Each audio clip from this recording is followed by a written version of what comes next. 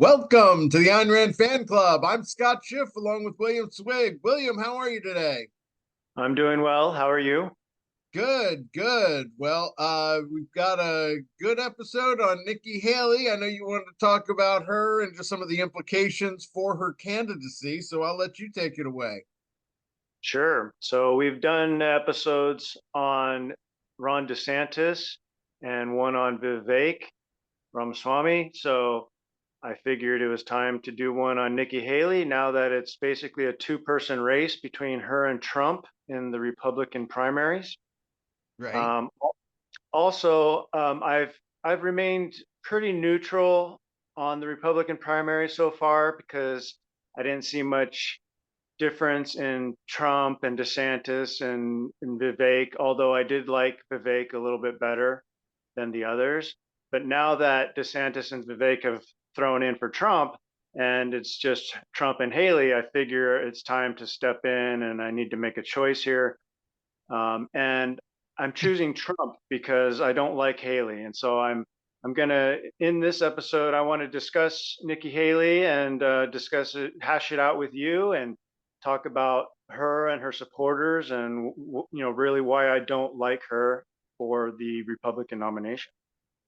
Yeah, I'm not too far opposed from you. I certainly I don't see her as a fighter. That's the main issue that I have with her. I've said half jokingly that she's the favorite candidate of those in the liberty movement that don't want to admit they lean left. Yeah, well, she's kind of a sneaky compromiser, in my opinion. She actually uses the phrase "finding a national consensus," and I think that's very anti-Randian, or not. That shouldn't be a candidate for an objectivist, because Rand actually gave a speech in 1965 called the New Fascism, Rule by Consensus.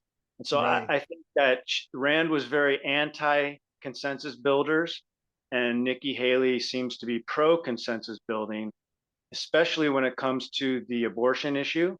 But I fear that her love for consensus building will bleed into other policies and positions, and it's the type of thinking, or idea, that can push people into this sort of new fascistic way of thinking that Rand was talking about. Just going to briefly talk about Nikki Haley's history in case anyone is unfamiliar with her. So she is, her parents were from India, so she has Indian heritage.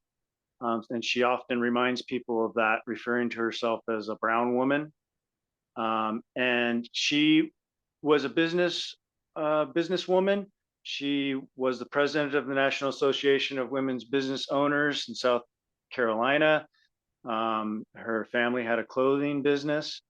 And then she was inspired to run for office, ironically, by Hillary Clinton. And she ran for the House of Representatives in South Carolina and won. And then she became governor of South Carolina. And then she might be more notably or mostly known as the U.S. ambassador to the United Nations, which Trump appointed her for that position. And so she left the governorship, an elected position in South Carolina, for an appointed position in Trump's administration, which I think is notable because she claims to be like the best and brightest leader. She's going to become the new leader of the next generation, or of the new generation. And so I think it's important to point out that she wasn't a very good leader for South Carolina. She left that position. She abandoned South Carolina to join the federal government. So Well, that's I don't give her necessarily, leaving to take another job is it was if it was especially towards the end of her term. But I do think that when she was governor of South Carolina, the white supremacist shooting happened at the black church. And I just remember, Obama using that to kind of get rid of the South Carolina flag. And, the debate about wasn't the South Carolina, it was the Confederate flag. but it was part of the state's flag.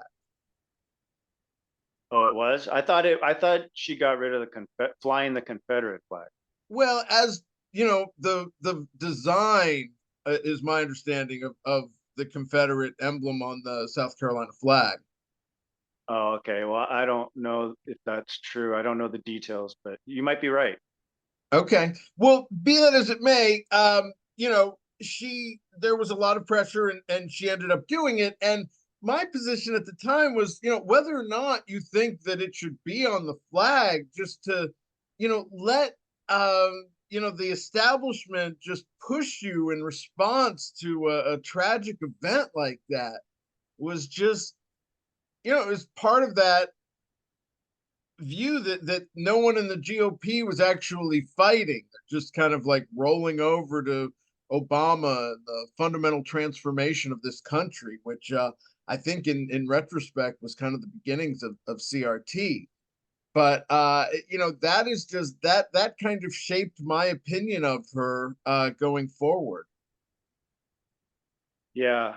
Well, there was a lot of that bending of the knee to, maybe she was afraid of being canceled back then. She didn't want the negative publicity it would bring her.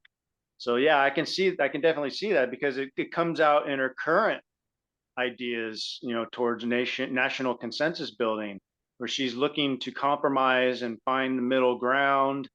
And one of Rand's points was that this sort of mentality is what you get from power lusters, because they don't want to lose their power, and they think that by compromising they're going to gain more power. And so when you compromise, you get power over everyone that is under that compromise. So you get the Republicans and the Democrats agreeing, and then now you're the leader, you have the power over them. You don't really care, what you're leading or what you're leading them toward. You don't care about the principle or going to some specific goal. You just care about having the power over whatever government you create through coalition building. Well, no, that's one of the charges against Trump. They call him a pragmatist. Some of the even objectivist leaders, they say he has no real core and he just wants to, you know, rule.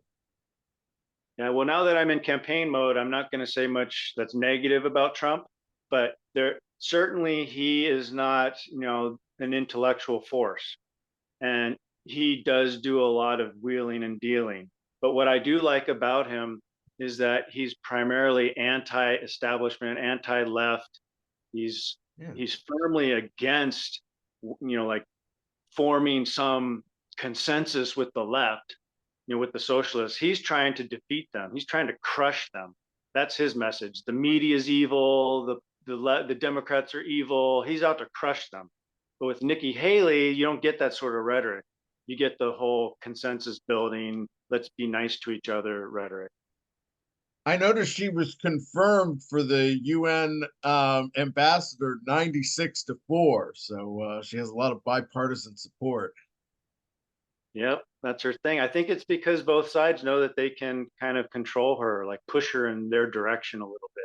So each side who wants that consensus, they like her because she's willing to go along with whatever both sides want and can agree upon.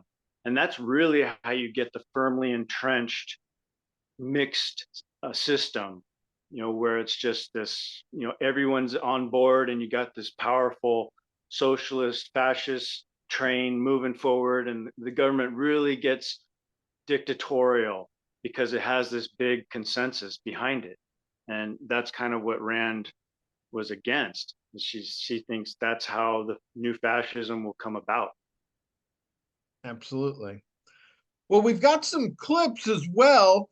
And this goes back for a while because, you know, she's been in politics for a while. I know Yaron Brook, the chairman of the Ayn Rand Institute, has been a fan for a while. This clip is from November 8th, 2020, after the election, but before we fully knew the outcome. And conservatives were giving Nikki Haley a hard time for not supporting Trump. And Yaron is already saying that Haley doesn't belong to Trump's GOP. Nikki Haley is being attacked. I've predicted this. Again, if you follow my show, I have predicted for a long time that Nikki Haley does not belong to this wing of the Republican Party. That Nikki Haley will be outed, that Nikki Haley will be attacked, that Nikki Haley is going to struggle to gain traction with Republicans if Trump does not lose in a landslide.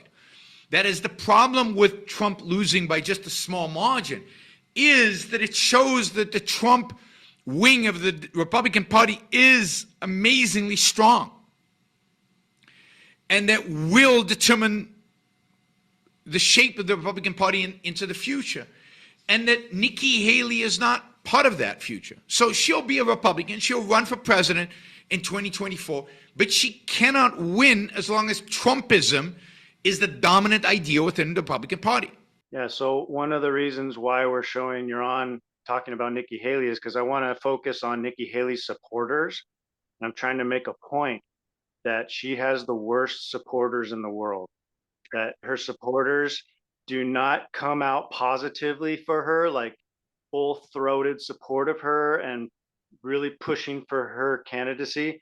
They always revert to this negative, pessimistic worldview, like Yaron did there, saying she can't win.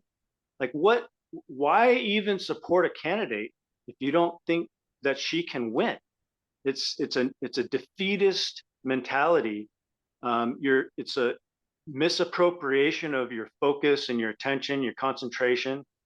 If you're trying to get someone into office, focus on the positive aspects of them and be a cheerleader for them, and try to pump up their candidacy, and get the audience to support you and build this audience of support around your candidate. So that's one of my main points.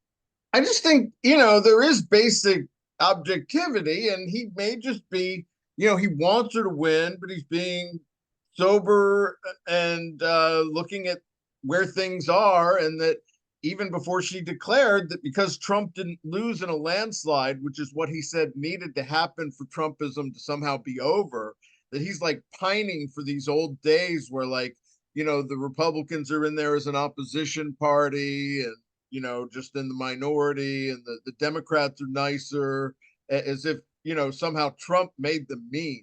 What a lot of people don't remember about history is that, it was the betrayals of people like Boehner and even Paul Ryan that Trump stepped into that vacuum. I don't know that he could have been nominated before 2016, maybe in 2012 when, every other Republican candidate moved up with Romney because we didn't want Romney to be the nominee. He was the establishment candidate. Romney and Nikki Haley are close. And when Yaron talks about, that wing of the party, I mean, he's just really supporting the old Bush, Cheney, Romney establishment wing that's basically the moderates. Yeah, he's having trouble dealing with the Trump wing, because I think he has a touch of TDS. I think he has misidentified Trump. He thinks Trump is this future dictator who's going to ruin Western civilization, but I don't see that. I don't see that being the case. He already said the term. Yeah, and he lost, but there's all sorts of excuses that Yaron will give you for why Trump is the worst, and why he's terrible for America. But this is really about his support of Haley. I think that as much as he's negative on Trump, he's almost that negative against Haley, although he says he likes her on the economy. Like, I guess she has some good ideas about capitalism and the economy, but he's always generally negative on her. Like, he's not, so he doesn't even say this about Trump. He doesn't say that he doesn't think Trump can win, right? I think he's afraid that Trump will win. Well, but maybe, right. There were times where he said that Haley has a better chance of winning than Trump, and that's part of how he's trying to convince people to vote for her over Trump. But how is that the case? She doesn't even have a chance of beating Trump. How is she going to defeat like Biden? Well, She has like, if she somehow won the nomination, that they believe she'd stand a better chance. I don't think that's even true. I think like with Romney, a lot of the base would stay home. yeah, and one of the other problems is that half of Haley's support comes from Democrats who won't vote for her in the general election. So I don't even know if That happened in New Hampshire, but yeah, I mean, we're going to see what happens. South Carolina's coming up, Nevada's in the next couple days. And so, if she loses bad in her home state, it could be over by Super Tuesday in early March. right. And I'm sitting here in California, and I might not even have a say in this contest because Nikki Haley's such a bad candidate that she won't even be able to get to Super Tuesday. So, we'll see about that. But going back to Yaron's support of her, I think that if you applied his strategy for supporting Haley to his strategy for supporting Ayn Rand, that would give you a sense of how bad his support is. Because if he were to say, I like Rand a lot, I subscribe to her philosophy and all this, and she's a great philosopher, but I don't think her philosophy is ever going to win over America. If he just has said it's going to take another 100 years. Yeah, for him, it's like oh yeah, maybe in 100 or 200 years, objectivism will take over. But that's essentially saying that nowhere in my lifetime is her philosophy gonna become the dominant thing in America. So I mean, that's the sort of black pilling that he does to his audience. He puts them in this negative mindset where they're like defeatists and they're like, oh man, But now he's doing positive shows on Saturday, so he's trying to keep it somewhat optimistic. okay. That's the Sabbath for Jews, right? I I think so. I grew up Jewish too. That's So you got to be positive on the Sabbath. is that all right? That's good to know. Well, speaking of That's just my theory. being positive, a year ago, by the time Haley announced in early 2023, Yaron is fairly positive about her, but concerned she may not attack Trump enough.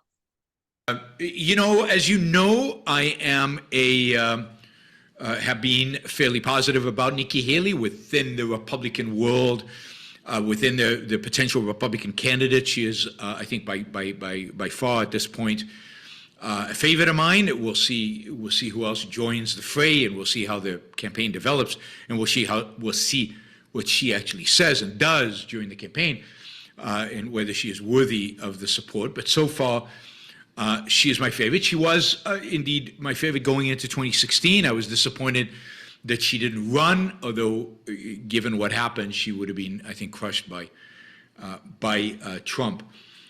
It's going to be interesting to see how she runs. Does she run a real campaign where she stands up, in particular to Trump, and goes after Trump and attacks Trump? Or does she try to stay above all that, attacks and everything, and position herself to be a VP candidate? Yeah, so that was him speaking last year. And since then, she went after Trump in some ways, but I guess not as hard as Yaron wanted her to go. And she's also said that she doesn't want to be anyone's VP candidate. So it's up to her now to just really go after Trump. So I don't know. I haven't kept up on the latest from Yaron to see if he likes how Haley is going after Trump or not. Maybe you have some knowledge on that. Yeah, I mean, he may be dangling vice president or cabinet just to keep her in check as well. But I think you have to choose a vice president that's actually more extreme than you, or more of a wild card to make your political opponents more hesitant to try to take you out. I always thought someone like Vivek or Rand Paul would be good. Well, there's also the theory that you don't want a VP that will overshadow you. So I think Trump will pick someone like Mike Pence again. It'll probably maybe be because Ron that DeSantis. worked out so well. I think he'll pick DeSantis, but we'll see. Um, I don't think he'll pick Haley because I think he recognizes Haley as this, negative influence in the party. She's a consensus builder. She's like, most of her support comes from the Democrats who aren't going to vote for her anyway in the general election. So why would he pick her? He'll pick someone from a state that he really needs to lock down, like Florida. Well, there's some rule that the president and vice president can't reside in the same state. Okay. Yeah, I didn't know about that. Cheney had to switch his state of domicile to Wyoming right before Bush picked him in 2000. Yeah. I don't know. Is there someone in the Rust Belt states that he could pick? Because that's where he lost it last time. Yeah, I mean, I just don't know if the old rules about someone helping win a state or is I just honestly I would like to see it be Vivek or Rand Paul, but we'll see who once we get to that bridge, there's still a lot of race left. Nikki Haley's still in this thing. As a Yeah. Well, matter of fact, maybe he'll pick Vivek just for to lock down the people who are like anti the vaccine and all that, or like people who didn't like Trump's stance during COVID, because that I think is where he lost some supporters, is when he went with the whole Operation Warp Speed thing and all that. yeah, it's got to be someone anti-establishment. But here, Yaron follows up with an early prediction about Haley's chances in the 2024 race. I'm excited. She's somebody to watch. At this point, I don't think she has a chance. If DeSantis runs, I don't think she has a chance. And I'm afraid Republicans are going to have too many nominees. Yeah, he's excited that she doesn't have a chance. So, yeah, well, DeSantis did run.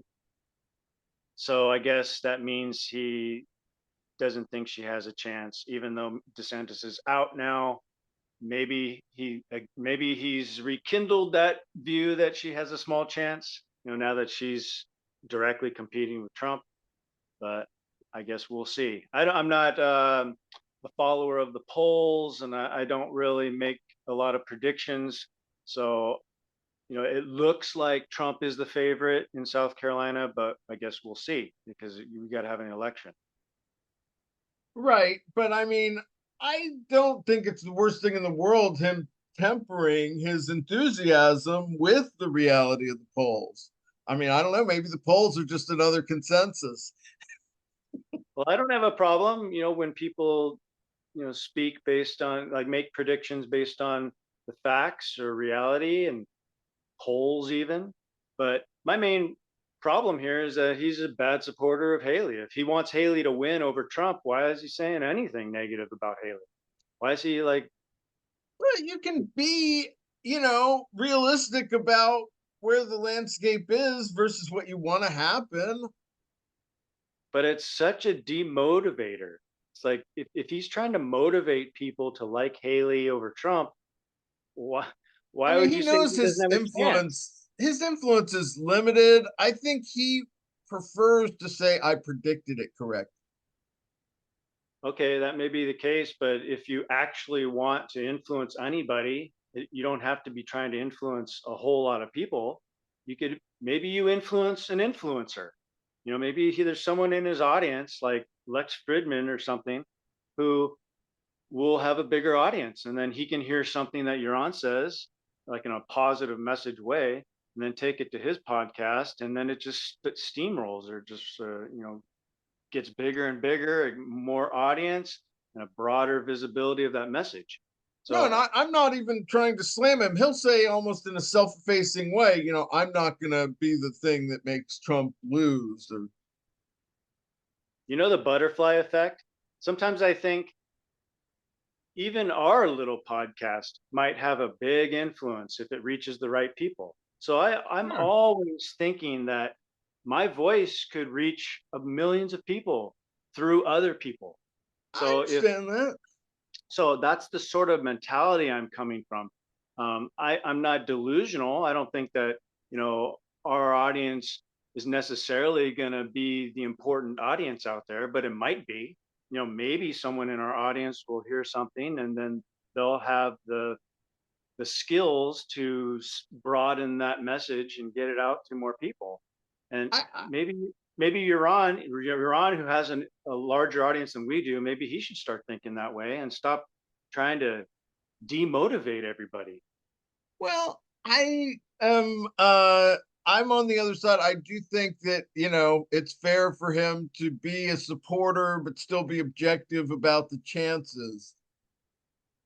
I know, but object that's not objectivity. That's pessimism. So you can be Well, objective, and you don't have to say everything that's on your mind. That's just a mere speculation. Like even he's the just never Trump sources that he reads, like the Dispatch and the Bulwark, have accepted that Trump is going to win. okay, but we're talking about last year. So I mean, we're not talking about right now. Like I can understand if you're not so excited about Haley right now, but even right now, you could still maintain hope because you know she's one of two people in the race right now. But Even though we were last year, when picking before the Trump's primary, VPs a few minutes ago. I'm sorry, what was that? Even though we were picking Trump's VPs a few minutes ago. Um, yeah, well, we were just speculating. I But know, but it's because we're speculating he's going to be the nominee. oh, right, I see what you're saying. Um, yeah, but like so when Euron's talking about Haley last year, um, there's still time to to motivate people to go out to the polls and vote your way. But if you're saying that she doesn't have any chances, that's not you being objective.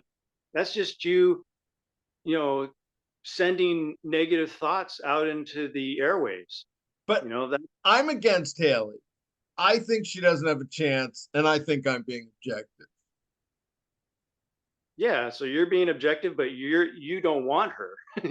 He wants her to be the nominee. So it's a coming from different perspectives. So there's you don't always so like being objective doesn't mean you have to say everything that is objective. You know, I you agree. That is actually a much broader point, and I think a lot of people in the liberty movement will kind of virtue signal to try to find, you know, equal amounts of good and bad on both sides to justify that kind of moral equivalence. So right. If you think that it's important to your case that you bring up some negative thing, like you have to explain it to people, like, yeah, I understand that Trump did this and that, and I agree it's bad, but I don't think it's as bad as this thing that Biden did, and so you should still vote for Trump. That sort of objectivity I'm on board with. But if it's just without much context saying that Nikki Haley doesn't have a chance, and then you're just putting that negative thought out there, what's the point of that? You know, you're basing that on a poll. You're not even basing it on a hard fact. You're basing it on some consensus or statistic. So it's not, in my view, that sort of thing is not a rock solid fact.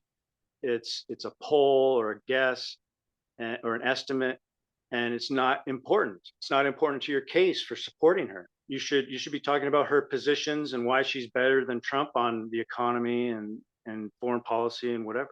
So now we want to move to our second example of a Nikki Haley supporter, and that's Charles Koch and um, his political action committee, Americans for Prosperity. They recently endorsed Nikki Haley and put out an ad for her. In the ad, it's about a minute long, and they bring up in the first 30 seconds a bunch of historical leaders. like Abraham Lincoln and Eisenhower and Reagan. And then about 30 seconds in, they finally start talking about Nikki Haley. So I think that this is not a very good ad. It doesn't even mention Nikki Haley's name in the first 30 seconds, and it's comparing her to famous leaders, whereas she's just been a governor so far. She's doesn't have presidential leadership. So I don't think it's fair to compare her to these old leaders, and it basically puts her in you know a light that's like lower or below these other leaders. And that's not the sort of thing I think you want to do. In Trump's first ad way back in 2015 or 16, he compared himself directly with Hillary Clinton, which was his main opponent. So he had the right idea. He didn't compare himself to past leaders. He compared himself to Hillary Clinton. And I think if Haley wants to win, the Charles Koch and his group, they should be putting out ads comparing her to Trump and going hard against Trump. Okay. Well, you dug up a clip of Charles Koch being interviewed by CBS in 2015. Again, we'll put up the link. But Koch, who was vilified by Pelosi and even Harry Reid on the floor of the Senate, says they weren't even conservatives. You don't really consider yourself a Republican? Not at all. No, I consider myself a classical liberal. The way I look at it, the Democrats are taking us at about 100 miles an hour over the financial cliff and towards this two-tiered society, and the Republicans are taking us there at 70 miles an hour. Lesser of two evils. Well, I don't like to put it that way. I would say, yeah, less unproductive. Well, that's 30 miles slower. So 30 miles per hour slower. So that's not too bad. I think it's a lot slower than that. I think Charles Koch does a couple interesting things in that clip. First of all, he was asked if he considers himself a Republican, and he says not at all. And yet he supports so many Republican causes and people. He considers himself a classical liberal, and I'm not so sure that the two are mutually exclusive. I mean, Right. you can't be a Republican if you're a classical liberal. That doesn't make sense. No, but this was part of them trying to, they'd already been vilified by Harry Reid and Pelosi. And this was them trying to basically be on a goodwill campaign. They were trying to reestablish. And honestly, I mean, people can't even hardly donate to the Republicans anymore. They give more to Trump and stuff just to, but I mean, and a lot of people don't even want to donate to the Republicans with people like Ronna McDaniel in charge. Yeah, but in the end, it's the Republican Party versus the Democrat Party. And it doesn't sound like Koch is giving very much to the Democrat Party or to Democrats. I mean, I don't know the full extent or history of his charitable donations, but Yeah, I know they've been hugely involved in the liberty movement. They're more libertarian, I think, is part of what he was saying. Yeah, so he gives a lot to the Cato Institute, but he's now giving to Nikki Haley, who's a Republican. So I think this was the first time that his PAC gave to the presidential candidate or a Republican. I'm convinced that the main motive, and no one will ever admit this, is saying, see, I'm not a Trump supporter. Yeah, it could be. Well, that's an interesting question. Like, what is his motive for doing this at this time? And I'm not exactly buying the whole idea that he's like a full-blown like Haley supporter and he's really on board with her message. I think it has more to do with Haley's the establishment candidate, like Vivek. Yeah. So in the clip that we have from Vivek that we'll play now, he says that Charles Koch is like the establishment, and Nikki Haley's the establishment. So that's why they like each other. And I think that's probably true. That's why he's stepping in now, because Trump is the anti-establishment candidate and Haley is the establishment candidate. She's gone up through the ranks from the House of Representatives to the governorship to an ambassador, and now she's running for president. She's establishment. Sure. And, Well, this is yeah, the clip you reference is via Forbes breaking news channel, and we'll post a link to their video. To the AFP, America's for Prosperity's endorsing Nikki Haley today? I mean, I think the establishment has broadly endorsed Nikki Haley. That's crystal clear. It includes the establishment, the media, and otherwise. I'm an anti-establishment candidate, and so no surprises there. And I think you see that at the state level endorsements among the politicos, and you see it amongst people at the national level as well. What does I was curious, is my memory of it was that they're actually against the Ukraine war or against further U.S. engagement in the Ukraine war. So it is a little puzzling to see someone, if that is my memory serves correctly, endorsing the biggest Ukraine war hawk in the race. But you know, I wish the establishment well on their journey in their battle against the people, and I think the people will ultimately win, as we always have. But it's we the people versus the establishment. It's the moment in the Republican Party, and you know, we'll see how that plays out. yeah, I think Vivek does a good job there of making it clear that this is the establishment versus the people. So you've got Haley taking big money from big libertarian donors and a Democrat donor who's now giving to her, or who gave to her. And then you've got Trump, who's basically getting support from a lot of little people who are giving donations and going to his rallies. So I think it's pretty clear that Charles Koch, if he has a particular motivation in mind, it's that he thinks Haley's best for the establishment, and that's why he's going to give to her. I think, you know, he was the one that was being vilified until Trump came along. So he's probably like, oh, thank goodness they're going after someone else. There's no way I'm throwing my lot in with that guy. Yeah.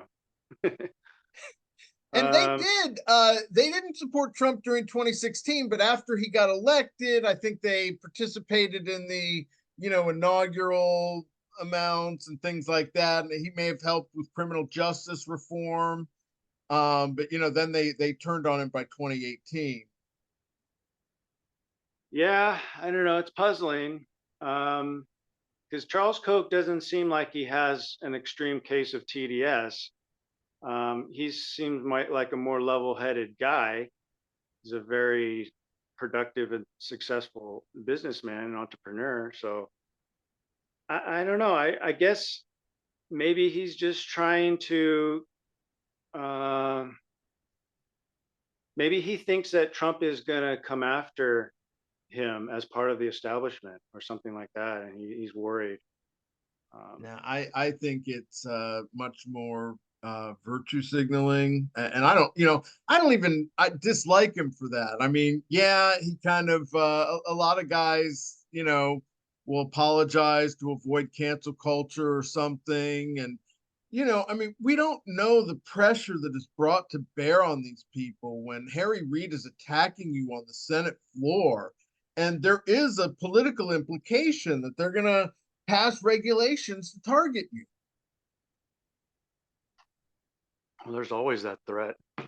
Yeah, but when they're talking about you being evil, it was the beginning of just the, you know, vilification of any kind of Republican supporters. It's around the time they started calling the Tea Party racist.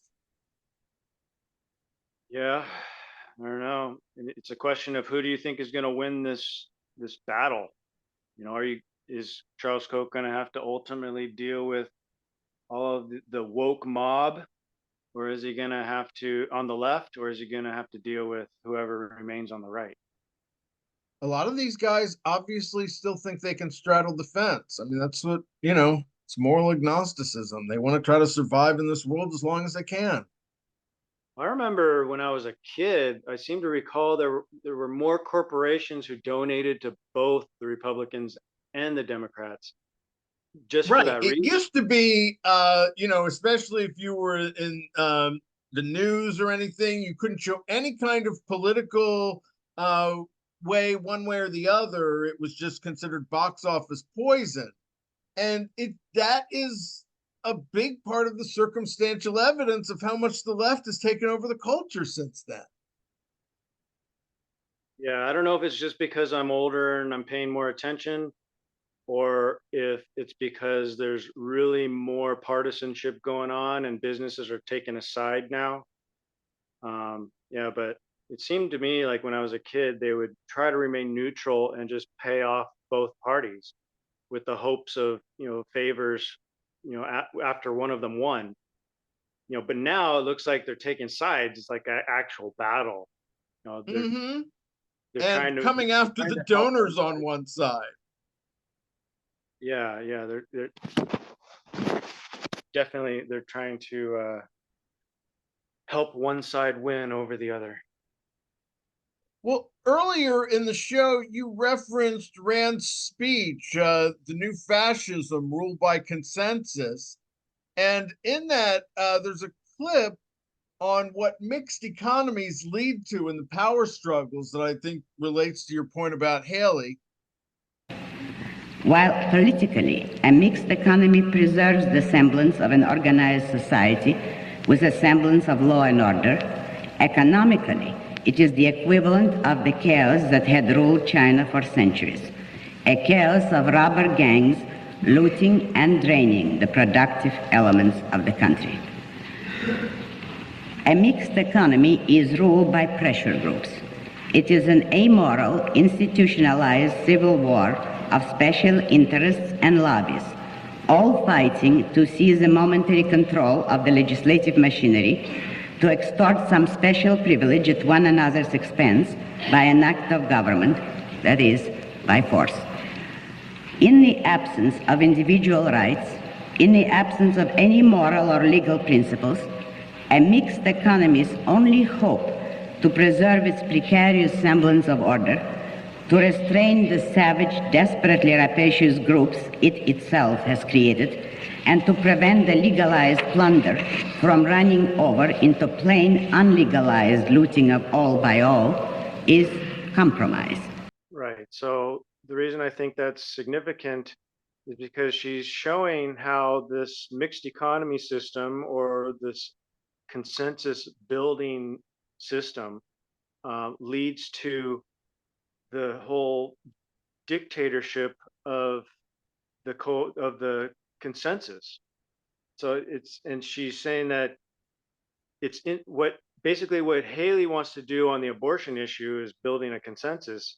Is if that's applied to the whole economy and the whole system, that'll institutionalize this new fascism, or what she calls the new fascism, which is the rule by consensus. It strips you of ideologies and principles and everything, and essentially it's just a democratic way of bringing about dictatorship. And it's not. It's happening. She was predicting the divisiveness that we have today, and just the government being so different depending on which group got power. Yeah, it's pitting all the power, all the groups against each other, and then they form more like bigger groups and bigger groups to compete with each other. Then And there's an establishment coalition that goes beyond party. That's kind of what Nikki's part of. Yeah, so basically, yeah, she's part of the establishment, and Trump is part, or trying to be, the leader of the people, which is the different group. So you basically have these two classes warring against each other in a power struggle. And she shows that, or historically, she tried to say that's what happened in China. And I think some historian on China should chime in and maybe figure out if that's true or not, if that's actually what happened in China, because I don't know the details. But I think there was rule by warlords even in the early 20th century. Yeah. So if we get a breakdown of the Constitution and law and order based on the Constitution in America, we're just going to have a bunch of power hungry groups struggling for power, and they'll just fight each other in the streets like they're starting to do now. And we'll get one consensus, and it'll be one party rule. That's how one party rule will come about. I think the democratic socialists are trying to create one party rule through, as a socialist organization through democracy. And then maybe this middle group is trying to do it through consensus building, and through like a more fascistic system. But it's some weird hybrid of fascism and socialism and communism. We're going to get something new. And I think maybe Rand nailed it on the head. Maybe it's consensus fascism or consensus socialism, something like that. Well, it's this kind of corporatism, and you see, the way that social justice is presented to us, it's just good manners and being nice to people. This goes beyond party. This is something we can all agree to. And they're trying to set up like these international standards because I believe the goal is global governance by a global establishment and elites. Well, it's got to be global. It's leading towards some global establishment because it's got to be one party system. You can't have competing systems in a dictatorship. So it's going to be some one party system with ultimate power. But how does that system form? What does it look like? And how does it maintain its power? Those are the questions, that we need to answer before it's too late. We can't do anything about it. Yeah, I believe a big place, to the extent you believe that's just happening with natural forces, there's still a big place in the liberty movement for being a check and saying, no, we want to preserve American sovereignty. And how about in the name of globalism, you other countries adopt our freedoms instead of us adopting your statism? Right. Well, maintaining our national identity, that's critical. And so if you're a globalist and you're more into international trade with China and other dictatorships and things like that, then you're not really a American nationalist.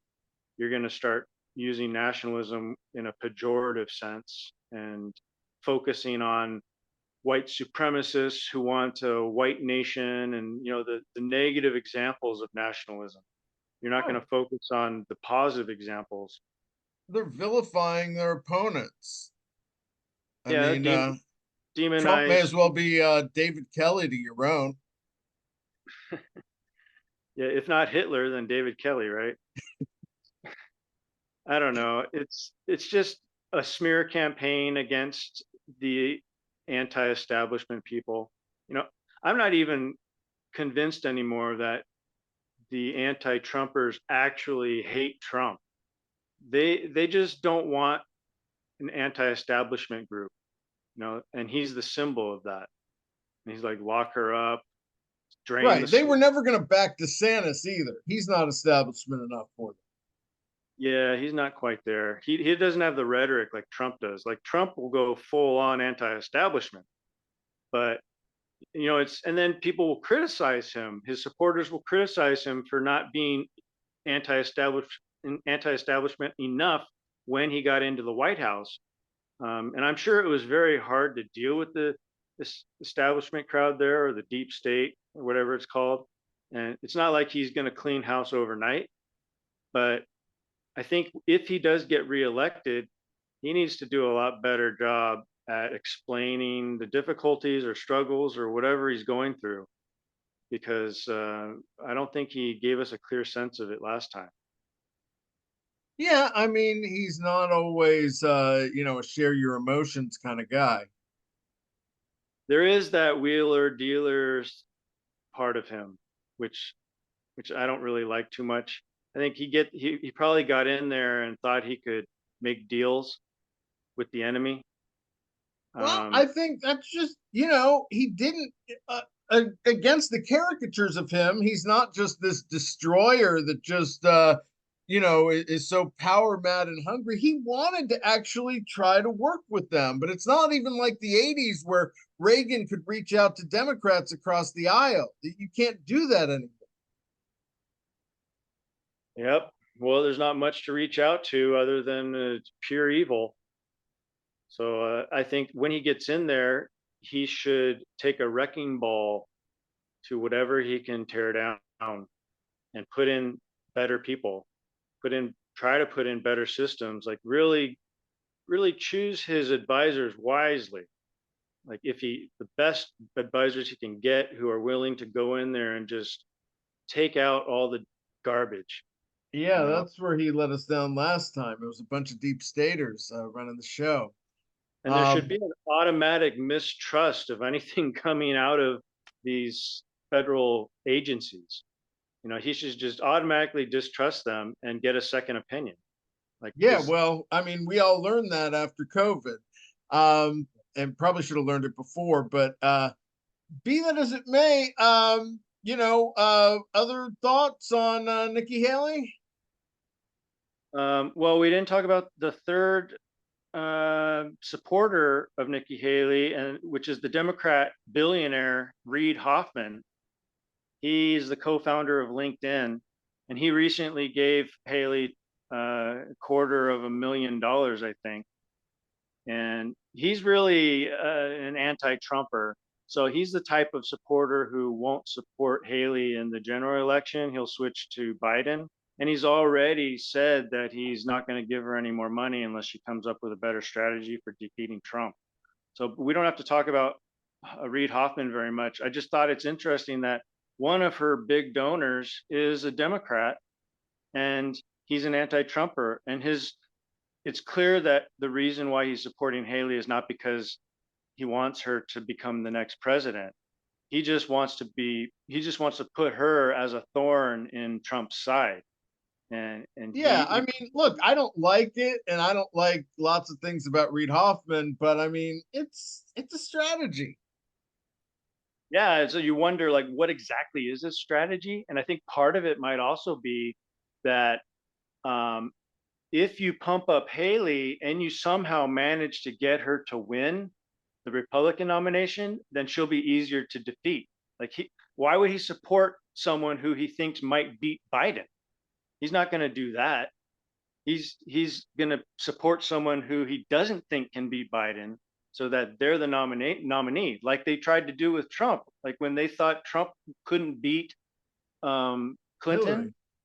yeah, or Hillary Clinton, and they pumped him up. The Democrats pumped him up, thinking he had no chance against Hillary, and yet then he went on to defeat her. So it backfired in their face. But some of this just goes back to that idea of who in reality is the better head-to-head candidate with Biden.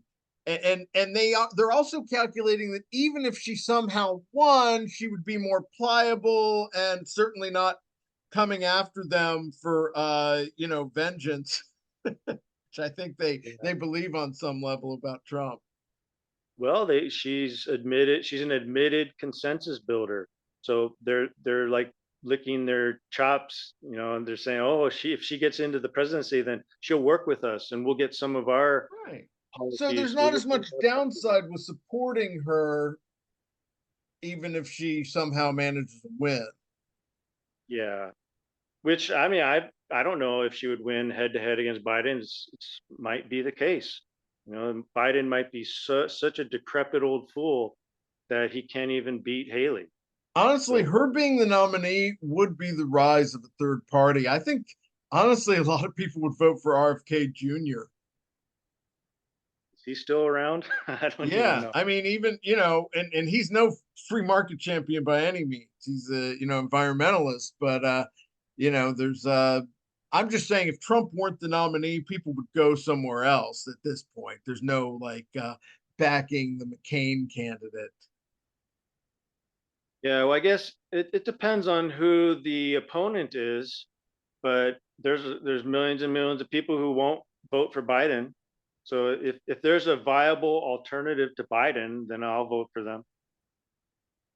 Yeah, but it can't be. But you're right; they could pull him at the last minute with either Kamala or Gavin Newsom or something. Yeah, it's almost as if the one type of person that I wouldn't vote for against Biden, they're throwing at us. It's someone who's anti-ideology and a consensus builder, and is like that's almost worse than Biden, but not quite. I would still vote for Haley. That's part of their calculus that we've got nowhere else to go. And no, they can't even summon up a halfway decent principled person. Even the DeSantis, he was fine. They can't get someone with enough charisma to beat Trump. But And we're living through the change of a dynasty within the Republican Party. It was the Bush family that controlled that party essentially. I mean, you could argue since Reagan, and and then Trump just came and destroyed them and created like this new GOP control, and the idea that anyone was just going to knock that off right away after what happened with the election and people feeling robbed, and so I keep they're going hearing to have to about. let this play out, and Trump's either going to win and we're going to, he's going to shape the party that much more, or he's not, and it's going to be a real scramble for what happens in 2028. I think people are wising up to the fraud and phoniness of all the politicians, and you start hearing words like authenticity. You want genuine people, honest people, and Trump, I think, has just a little bit of that authenticity where he speaks more off the cuff, gives Yeah. you his straight take, what he really thinks about things, and that's enough for people to believe in him and have faith in him and confidence that he means what he says and he'll try to do what he says he'll do. But you don't get that very much from the other candidates, especially not Haley, in my opinion. And you don't get any of it from Biden because he's not even out there talking to you very much. And when he does talk to you, he doesn't make any sense. So I He won think in Trump, 2020 from his basement. yeah, it's like the left doesn't even care who their leader is as long as he'll do whatever the lieutenants tell him to do. Exactly. But with Trump, he's his own man. He speaks his mind. Even he doesn't have the greatest vocabulary, but he gets his point across. And I think people respect that, because there's people want authenticity. They want to feel like they really know you and know what you stand for. Even if you're a confused person, and with Trump, you change your mind a lot, or you say things that are just you speaking like, just in the locker room or something, like locker room talk, he says. Even if that's what you do and you say nasty things about people, well, that's your genuine take at that moment, and people can trust that you're going to give them what you actually think. Yeah. I will see. It's not like Biden has authenticity coming out the yin yang. Biden is so in the closet. I don't know. His closet goes to China. It's so deep. Well, any final thoughts on Nikki? No, that's basically it. I just wanted to come out and say that I'm in campaign mode now. I'm for Trump. And I don't like Haley because of this whole consensus building thing. I don't trust her. I think that she's not a candidate in any sense for an actual follower of Ayn Rand. I know Yaron likes her on the economics front, but I don't even trust her on that front. I think it's more of her trying to appeal to whatever consensus she has formed. She probably doesn't have a genuine idea on a lot of things. And to be a consensus builder on the abortion issue is just a total red flag. If you actually think that abortion is murder, why are you forming a consensus on that?